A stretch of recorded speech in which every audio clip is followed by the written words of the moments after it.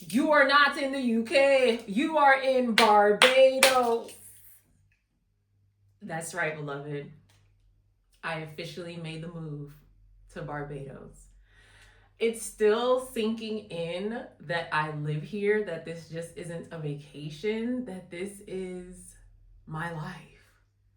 You all have been following my journey from Bayesian descendant to Barbadian citizen to now island resident as an island gal. I'm so excited for y'all to follow me on this journey. What's going on? What going? What's up? My name is LaVon Briggs, aka Ifafumike, and welcome back to my YouTube channel, DAWTA of the Diaspora, the life and times of a Bayesian bat gal that would be me. If you're just tuning in, I am a Bayesian Guyanese New Yorker with Barbadian citizenship, and I launched this YouTube channel to be a place of exploration for all of the women of the Caribbean diaspora, particularly the Afro-Caribbean diaspora, to come home, to feel at home, and to co-create a global community, a cultural hub for us where we could gather and share and commune online and in real life across the Caribbean Isles and beyond, so that we can co-create the new earth that we want to see. We have so many spiritual gifts, physical talents, natural abilities, supernatural empowerment, and it's time for us to rise up and share our gifts with the world. And one of the key ways that I know we're going to do that is by connecting with our motherlands. The motherlands are calling. We just shifted into Jupiter in Leo. Yours truly, I have a Leo stellium. And so this Leo energy has been percolating. It's time for the percolator. It's time for the percolator. Can you tell that I'm from the Northeast? Because I am. Born and raised in New York City. I was born in Manhattan, raised in Queens. It was back and forth between Queens and Manhattan my entire childhood. And I was raised in a middle-class Caribbean Episcopal church. So I served as an acolyte or an altar girl. For the uninitiated, it's basically the little kid up there in the robes, ringing the bells, lighting the candles, doing all the things, right? And so at a young age, I had a very clear understanding of God existing, one, and two, of ritual being really, really important. And so I want to share more of my story as a daughter of the diaspora, as opposed to focusing on topics that I imagine affect a lot of us in the diaspora. I want to share my journey with you and allow that medicine to seep into your bones. I want you to get what you need for you. And honestly, I just want to live and I want to share. And the fact of the matter is, I actually pitched the idea for a docuseries called DAWTA of the Diaspora, which was basically following me all around the United States, the Caribbean, the continent, as well as a few other countries for good measure, just because of my ethnic makeup. And it was picked up by a streaming service that shall not be named because we never actually got a deal together. So the funding didn't come through, but the idea has still been burning in my soul. And so I was like, well, why don't I just make this YouTube channel my documentary, my docuseries, right?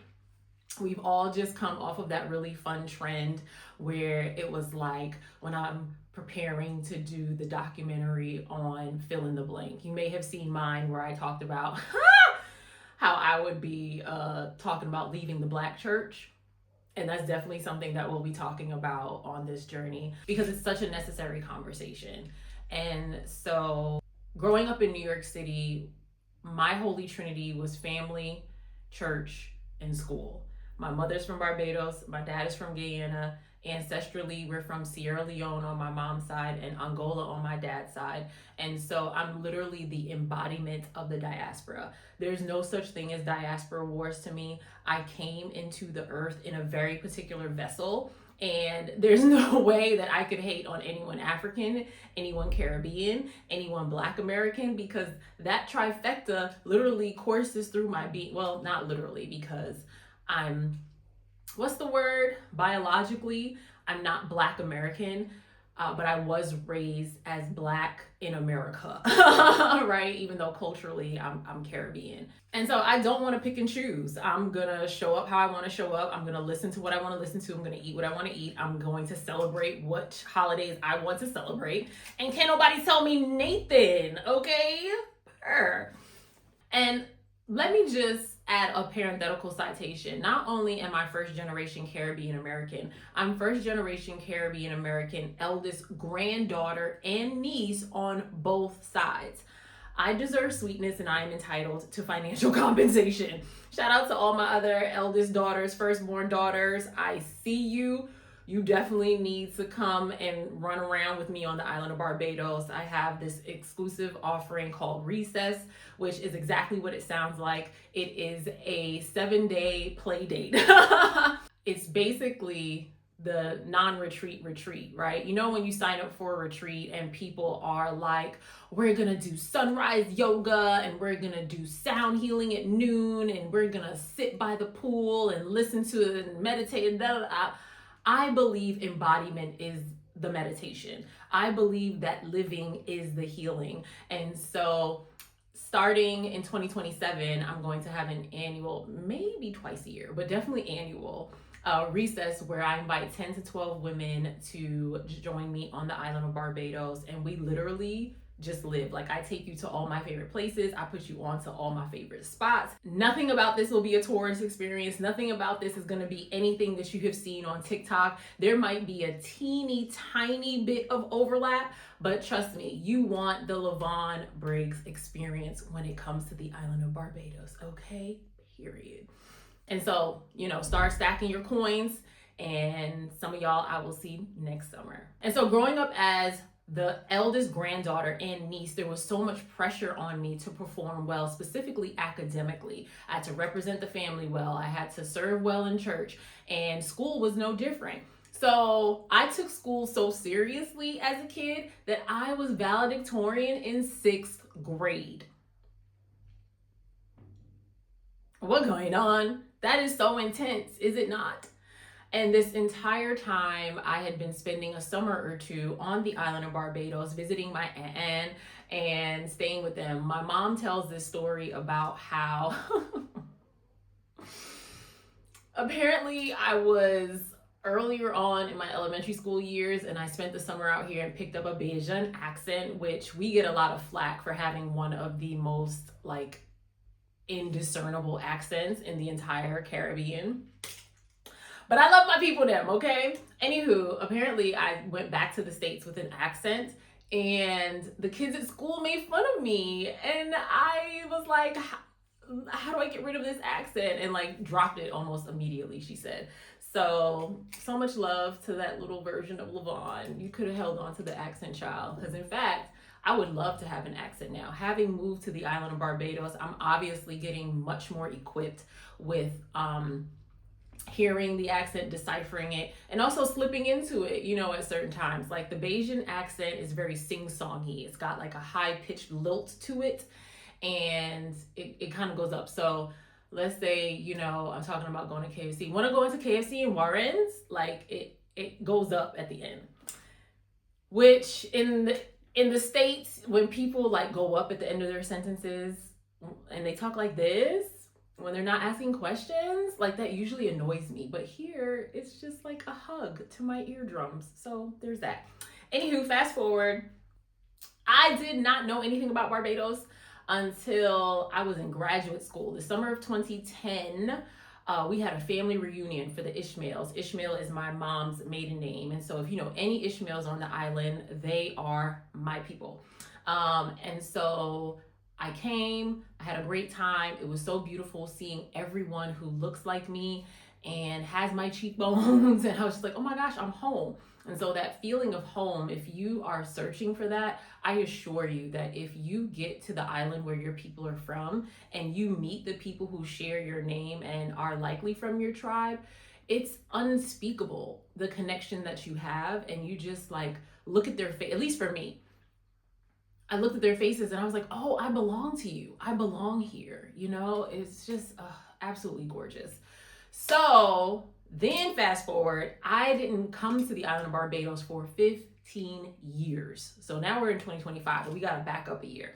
So you may have seen the video where I talked about how to get your citizenship by descent on the island of Barbados. I moved to DC in 2024. And the first time I passed by Embassy Row, I was like, hold up, where's the Barbados embassy? And sure enough, I found her with a mission statement and a vision statement. I was like, these are my people, period. Anyway, I got my Barbados citizenship by descent through my mom. And then I was able to secure my Barbados passport. And those were like the two biggest on-ramps into my transition to the island of Barbados. So throughout this time, I was working a full-time job in corporate. I had been on and off with this lover. And so there were some things that I just had to make an executive decision that this was no longer what I wanted for my life. The role was a decent role. The man was an incredible man. He's not dead. He's very much alive. But it just wasn't what I imagined for my most vibrant, luscious, lavish experience. There's a particular way that I want to feel. There's a particular way that I want to move and sway through the world. And I need every single relationship that I have to align with that energy. And so whether it's romantic, platonic, familial, spiritual, social, professional, or otherwise, I sense energy.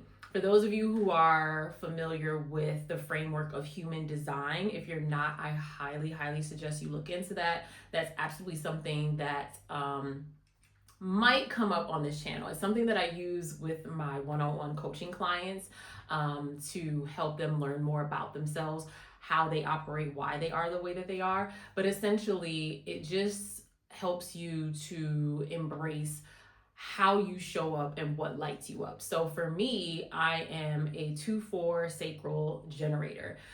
So generators are super creative, productive. We have lots of output when we are lit up about what we are doing, when we are inspired. And so that gut reaction, that intuitive nudge, that immediate yes or no for me, like that is so clear in my life, especially as I'm tipping into my mid-40s. I know I look fantastic, don't I? I have very little patience for gaslighting myself.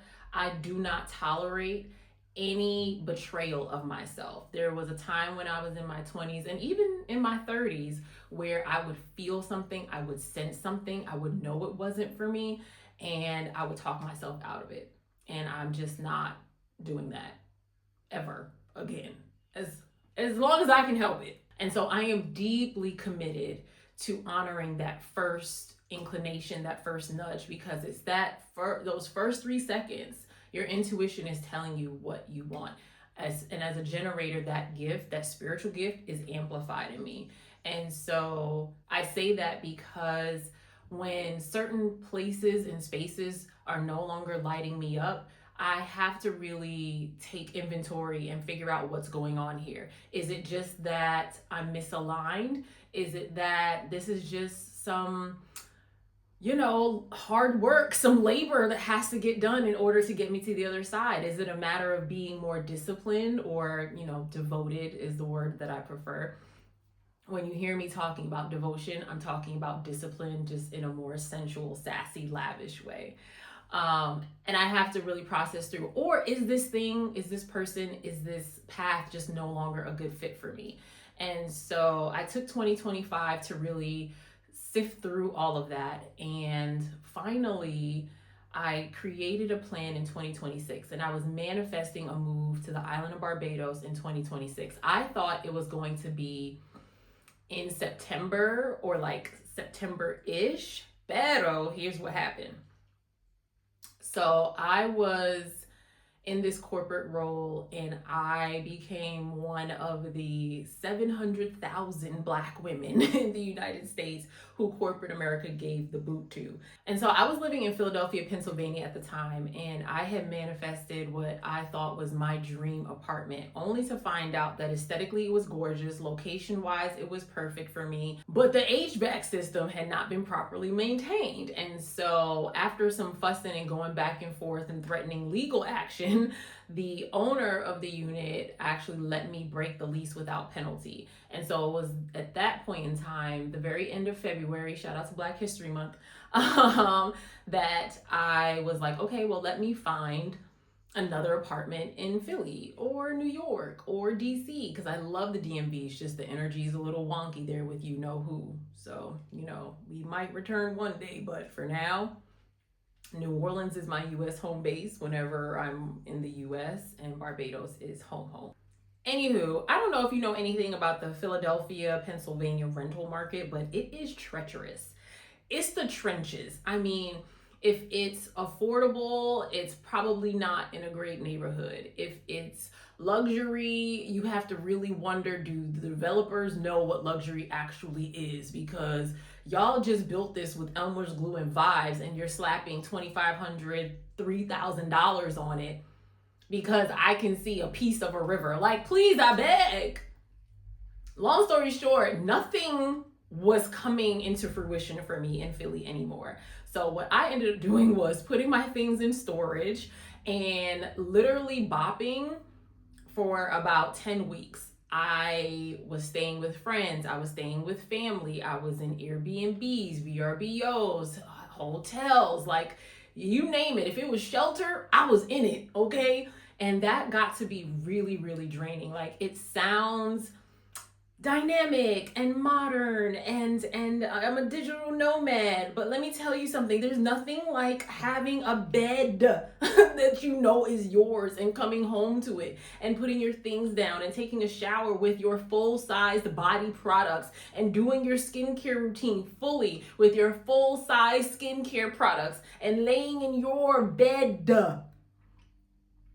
So much love and grace and peace to that version of Lavon who did what she needed to do for her. But it was the trenches. It was tough. I was tired. I wasn't present for my loved ones. I was just going through the motions, taking it literally day by day or chunk by chunk, like reservation by reservation, train ticket by train ticket. It was a wild experience. But in the midst of all of that, I had met a couple on the island of Barbados. The wife is Black American, the husband is Black Bayesian. They met when she actually was kicked out of corporate America, got her severance, came to Barbados, and got stuck here because COVID hit and the borders were closed. So she went to a speed dating event at one of these incredible Black owned villas. It's called La Maison Michel. If you're ever looking for a villa on the island, listen, you're not paying me for this. I've been there. It's a beautiful space. It is not waterfront or water view. It's kind of in the center of the island in the St. Thomas Parish.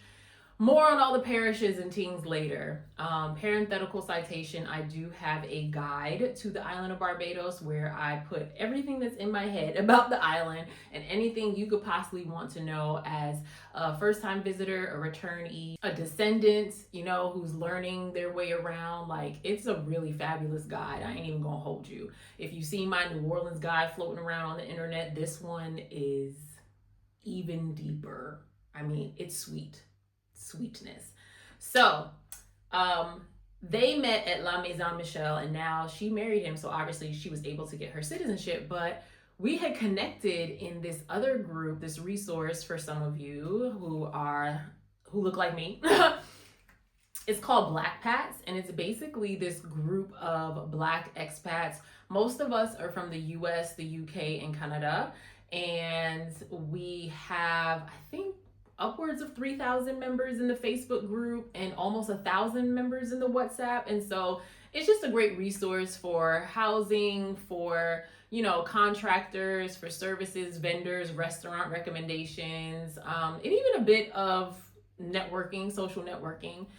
Anywho, long story short, I met this couple in that group, and they had posted a video of the apartment that I'm in. And they're like, hey, we usually rent to college students. Anywho, she was like, we really enjoy connecting with people from this group, and we would love to have someone come in and rent the space. And I was like, Hi, hello, hi, hola, bonjour.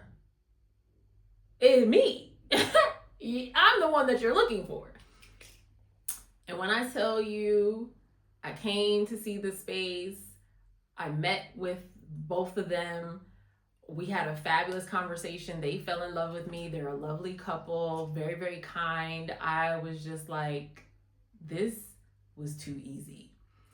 And it wasn't too easy. It was as easeful as it needed to be. Now, I will say it's fully furnished, and I am deeply grateful that water is included, and that's it, water. So I pay my portion of electricity. It has everything that I need. It is not going to be a penthouse, come toward my penthouse unit. It's not that. But when I tell you I can see the Caribbean Sea from my bedroom windows, I can see the Caribbean Sea from my living room windows. I step outside my front door and stand upon the road. All I see is water. So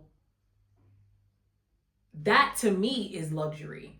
I may not be in the $3,000 penthouse in Philly with the skyline view and the views of the river and, you know, the gym right downstairs and the coffee shop / bar right next door. But I get to see my mother, Iba Yemoja, every single day as soon as I wake up. I live in paradise. I live in the place that people pine to visit. I live in a place that people have on their Pinterest boards. I live in a place that people dream about visiting just once. And I get to live here. I am so grateful. OMG. Thank you, thank you, thank you, Olodumare. Thank you, Egun. Thank you, Ori. Thank you, Ifa. Thank you, Orisha. Thank you, Eshu. Thank you, Yemoja. Thank you, Olokun. Thank you, Ajay. Thank you, Erinle. Thank you, Oshun. Thank you, Ogun. Thank you, Oya. Thank you, Shango. Thank you, Ochosi. Whew. I am grateful. I am grateful. And so, needless to say, I was like, oh, I have lots of vacation time. I can just figure it out, come here, see how it feels. If I don't like it, I can just stay in Philly. Like, I was doing all of this planning. And then a month later, my role was terminated. And so it was just like the cosmos were aligned. And if you follow astrology, you know that at the end of June is when Jupiter shifted into Leo. And that was the time that I said goodbye to corporate America. And it was almost as if my ancestors, God, Olodumare, the universe, my spirit guides, the stars, everyone was saying, you cannot hold on to that old life if you want to live in the fullness of this new one. You can't hem and haw. Even though I'm a dual citizen, when it came to corporate America, my ancestors wanted me both feet out. And I'm telling you, I have applied for a role that I would be perfect for on the island of Barbados. And they loved me so much and they wanted to move me to round 2. When I tell you them people ghosted me. So Spirit is like, nah, baby, that's not why we brought you here. Like, that role was for a season and for a time. But now we need you here. And so this is not something that I was planning meticulously for. I've never been that kind of person. I know people who move and they say, I'm going to save up $10,000 and I'm going to make sure I have this sold and this. Child, I put my things in storage and I put what I could into a medium large suitcase. I had my carry-ons and me. Okay, there was no plan. So for those of you who are sitting here watching this and thinking, well, how did you plan for it? And what did you decide to bring? And how did you transfer it? Child, I have one Capricorn placement, but that's in Lilith. And if you know anything about Lilith, she be doing whatever she want to do. So there's that. I don't have any Capricorn placements. I don't have any Virgo placements in my birth chart. So it was just never, it's just fire and water over here. And when fire and water get together, it's steam. So I just be in the air. I vaporize whenever I want and I'm out. Okay? One time I had a divination with my Babalao in the States, and Ifa was like, tell her to stop running. She's always running. And my Babalao was like, she's a runner, she's a track star. I said, hold up, wait a minute. But the beauty of being in Barbados now is that I'm actually ready to put down roots. I am actually ready to be in a space consistently on an ongoing basis, like to put down roots. That's not something that I've done since 2004. I've moved every 1 to 4 years, I would say. That's a lot of moving, and I've been very blessed and very fortunate to have some incredible experiences. But as I am settling into my grown womanness, I am realizing more and more the importance of home, and not just home in the sense of an address or a zip code, but home feeling grounded, feeling connected to the earth, to the land, to my ancestors, to the people, to Mother Nature, to the community, right? That is something that I deeply, deeply love. And so I am so honored to be here. I knew that this was a huge step, and I know that I have historically had a tendency to make hard things look easy. I saw on Google Flights that there was one particular flight that was just lavishly priced for me, so much so that it prompted me to just go ahead and book first class, and I flew first class from Newark, New Jersey. Shout out to my cosmic cousin, Saida, who allowed me to, spend my last evenings stateside with her. But I had an incredible experience, and I landed and my rental car was waiting for me. I drive on the island of Barbados because, we drive on the left-hand side here, child. So it definitely took some getting used to, but now my brain has adjusted to the point where when I'm in the States and I'm on the right-hand side, I almost think oh, you're on the wrong side, but they're not, because we don't drive on the left side in the States like we do here in Barbados. But I am so deeply grateful, so honored to be here. This is a cosmic opportunity. My Babalao confirmed that my paternal ancestors brought me here. So even though this is my maternal homeland, my mom was born here, my maternal grandmother was born here. Iba, light, progress, prosperity, love to my Nana, Norma Yvonne Osborne. More ancestors, they're just here, and I feel them and I sense them. And this feels like a homecoming for me, So being able to break my lease without penalty, having my role in corporate America end, it just felt like this is liberation. Here go your freedom papers. You got your papers on the island of Barbados. Here are your freedom papers from the United States. And baby, I took it and I ran. I flew. And so now I'm here, and I'm having an incredible time writing. Book number 2 is well underway. Speaking of writing, launching cohort 7 of my It Is Finished book proposal challenge on July 21st, 22nd, and 23rd. And so that is a 3-night container, 90-minute segments where I help you get that book idea out of your head and onto the page. And so if you see this in time, if you are blessed enough to see this and you have been feeling called to write a book and you would love some support, I, as a debut author, got a literary agent and a 5-figure book deal with Penguin Random House. And so I'm sharing all my insider tips and tricks and industry tools and knowledge so that you can be one step closer to manifesting your dream of being an author. And so I've been writing. I was in Jamaica for a girls' trip. I had a phenomenal Sunday. Just sitting in front of the ocean underneath this little cabana situation.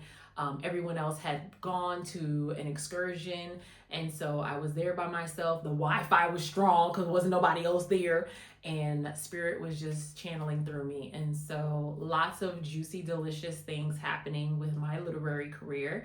I'm also writing my first screenplay, as well as something that I'm not ready to share yet. Just know, okay? Good things are coming, big things are going, all right?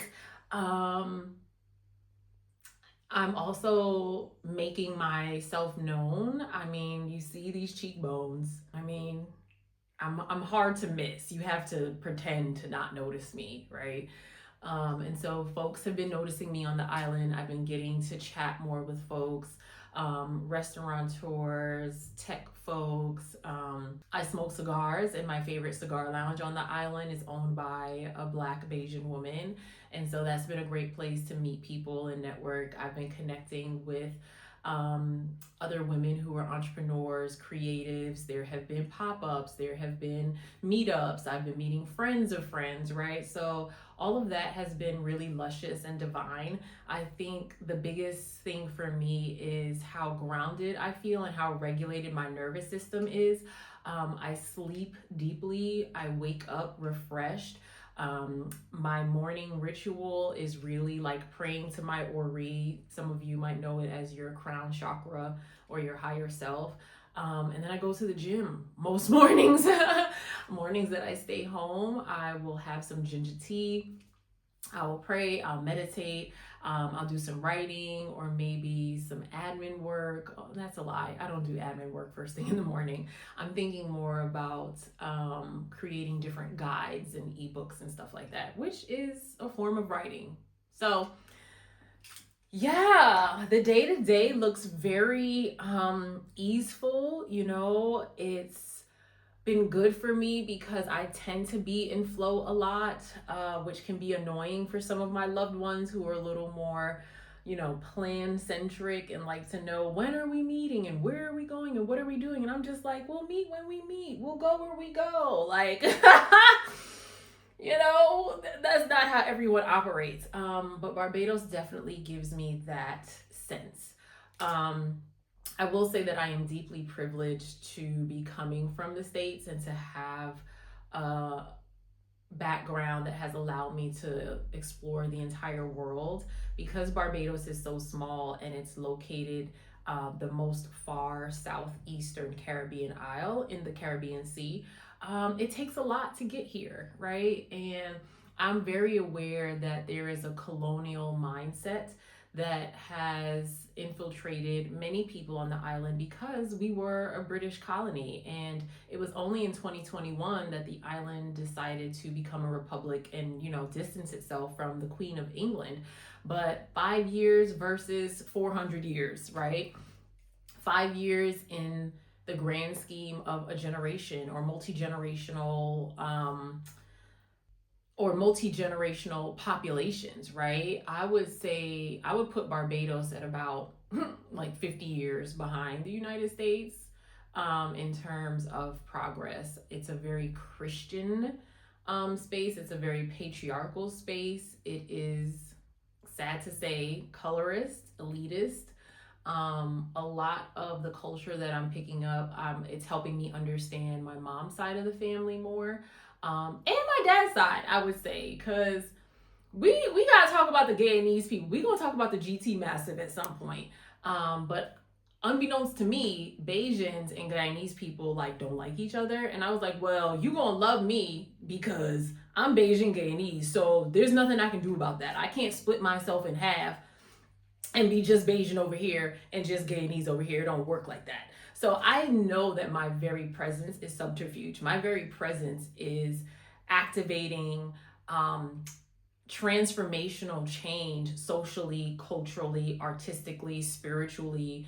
I would say for the people who are blessed enough to be close to me mentally, emotionally, psychically, and psychologically as well, okay? Because I am a present. My presence is a present. I know that about me.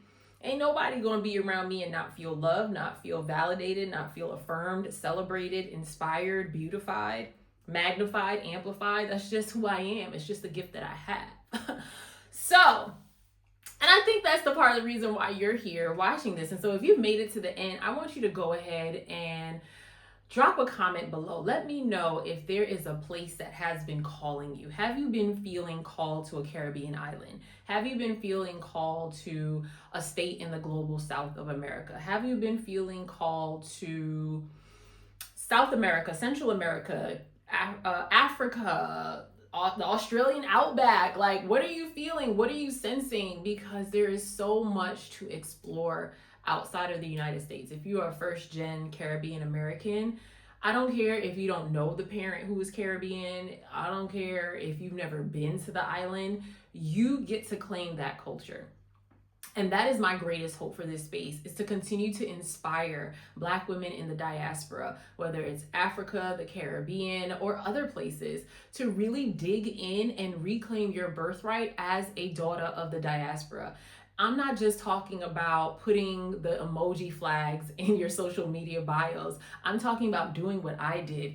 Reclaiming your citizenship, reclaiming your passport, reclaiming your national ID card. I got my Trident card in Barbados in 2025. I'm talking about reclaiming a lease, with ease, and shifting to the land so that you can express the fullness of your highest self and who you are and who you're called to be and who you decided to be before you broke the time and space continuum. Because there is so much gorgeous self-knowledge, self-awareness, self-acceptance, self-love that happens when you plant yourself in your motherlands or your fatherlands. I think there's room for that in this conversation as well. So that's the big announcement. I'm here, but I'm still gonna be everywhere, okay? Because they got planes, they got what you call them things, known traveler numbers and rewards numbers and all of that, child, for all the different things. Anywho, the point is, I'm so happy that you're here. Please make sure you like this video, share this video with someone you think should be a part of this community. Subscribe so you don't miss a thing. You'll be able to get notifications whenever I post. I've got some really juicy, delicious things coming. All the links that you need are below. If you would like the supplementary materials to go along with this video, that is housed in my Patreon, Daughter of the Diaspora. That is going to be linked below as well. If you're interested in one-on-one coaching, tarot and oracle card readings, book coaching, baby, whatever you need, okay, to fulfill your destiny. I got it. I got it. I got it. All right, darling, that's enough. I'm about to go eat. There is a cute little French restaurant that I have taken a liking to, and so I will be going there for dinner tonight. I don't think I'm gonna wear this though. This feels like in the house lounging. I don't think this is for the masses just quite yet. Plus, this is the first time that I'm wearing it. I'm closing out for real, but if you watched the video last week, that would be July 8th. I gave y'all a live update from Brooklyn, New York, because I was in town celebrating my spiritual bestie's birthday. Shout out to Juju at Juju Bay, who is fundraising for her docuseries, Same Gods, which is going to basically talk about human religiosity and take her ethnographical skills to the next level. Okay, there's Zora Neale Hurston and there's Juju Bay. Juju Bay is our generation Zora Neale Hurston. So go ahead and donate to that. Anyway, the point is she got me this from Senegal. Baby, I've always said that I think my husband is Senegalese. 6'6", dark-skinned, bearded, May Taurus, okay? In tech or art, CEO, entrepreneur, something like that. So if that's you, boo, my DMs are open. But anywho, she got me this gorgeous, gorgeous piece. And it was only right that I wore it for my I Moved to Barbados video. So That's all that I have for you today. Make sure you do something that brings you joy, pleasure, ease, and flow. I can't wait to see you in the next one. And yeah, go in peace, go in power, go in pleasure.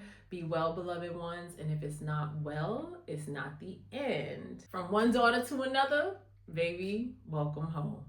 Peace.